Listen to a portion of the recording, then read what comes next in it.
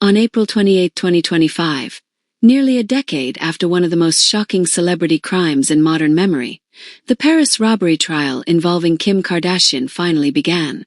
The trial centers on the notorious 2016 incident in which Kardashian was held at gunpoint inside her luxury Paris residence during Fashion Week, a traumatic event that left the reality star shaken and reverberated across global headlines.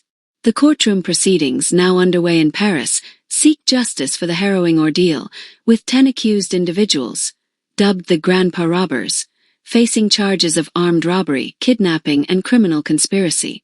The heist, a chilling night in Paris.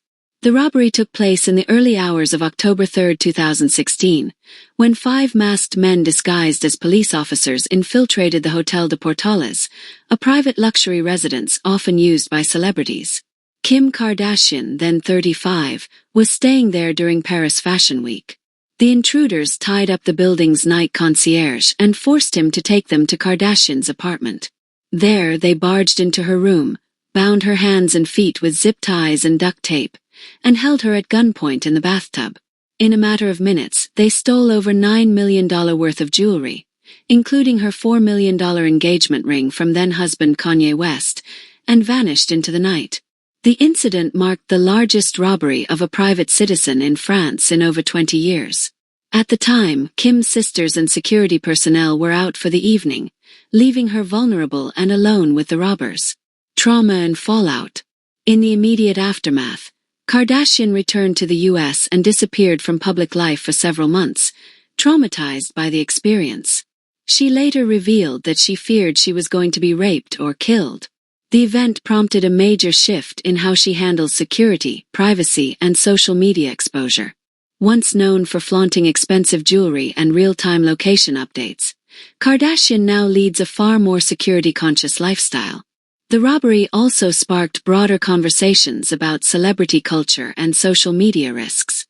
Many noted that Kim's frequent posts displaying her whereabouts and high-value possessions may have made her a target. Investigators confirmed that the robbers had tracked her movements and used her social media activity to plan the attack. The investigation and the suspects. Following a meticulous investigation involving DNA evidence, surveillance footage, and cell phone tracking, French police arrested 17 suspects in January 2017. Of those, 10 stood trial this year. The group earned the nickname Grandpa Robbers due to the fact that most are over 60 years old, some even in their 70s. Among them is Omar Kadash, known as Old Omar, who authorities allege was the ringleader of the operation. He is accused of organizing and overseeing the robbery. Another suspect, Younis Abbas, confessed to his role as a lookout and even published a memoir about his criminal past. 2 other indicted individuals were excluded from the trial. One died, and another was deemed mentally unfit to stand trial.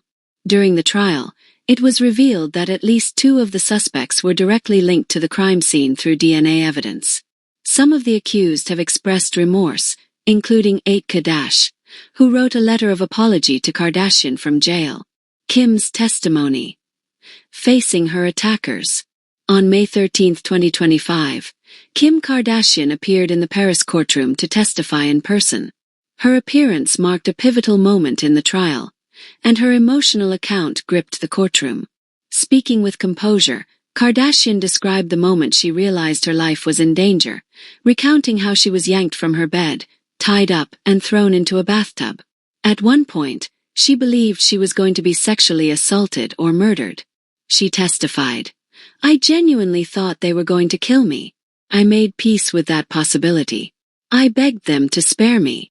Her words brought visible emotion to the courtroom, with some of the accused lowering their heads as she spoke. Despite the trauma, Kim extended forgiveness to her attackers. In a striking moment, she said she forgave Kadash after reading his apology, but emphasized that the psychological wounds remain. "Forgiveness is not forgetting," she said. "This event changed my life forever." Trial outcome. Justice but with complexity. On May 23, 2025, the court announced its verdict. 8 of the 10 defendants were found guilty of charges ranging from armed robbery to kidnapping. 4 of them, including the ringleader, were convicted of gang-related robbery and kidnapping. However, their sentences, ranging up to 3 years in prison, surprised some observers. Because many of the defendants had already spent time in pretrial detention, and given their age and health conditions, most were released soon after sentencing. The outcome sparked mixed reactions from the public and legal analysts. Some felt justice was served through conviction, while others criticized the relatively lenient sentences for such a violent and high-profile crime. The missing jewelry. Of the $9 million worth of jewelry stolen, only a single diamond-encrusted cross pendant was recovered, found on the street shortly after the robbery. The rest, including Kardashian's $4 million engagement ring, has never been recovered. Some of the suspects claimed the pieces were melted down or sold off in black markets. Kardashian was reportedly compensated by her insurance company for the lost items, but the emotional value of the stolen heirlooms remains irreplaceable. Legacy of the case.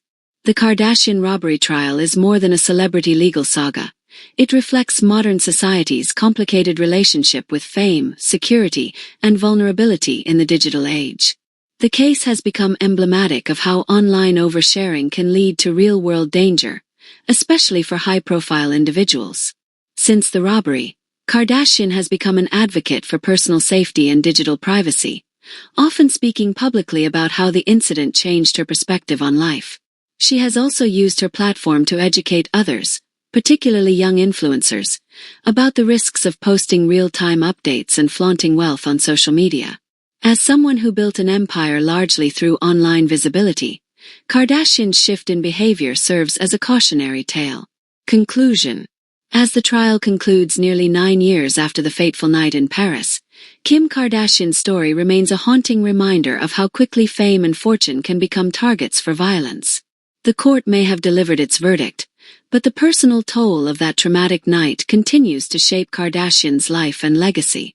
In facing her alleged attackers in court and choosing to forgive, Kim Kardashian showed strength and vulnerability, two qualities that have defined her evolution from a reality TV star to a cultural force. The story may now be officially closed in the eyes of the law, but its impact continues to resonate far beyond the courtroom.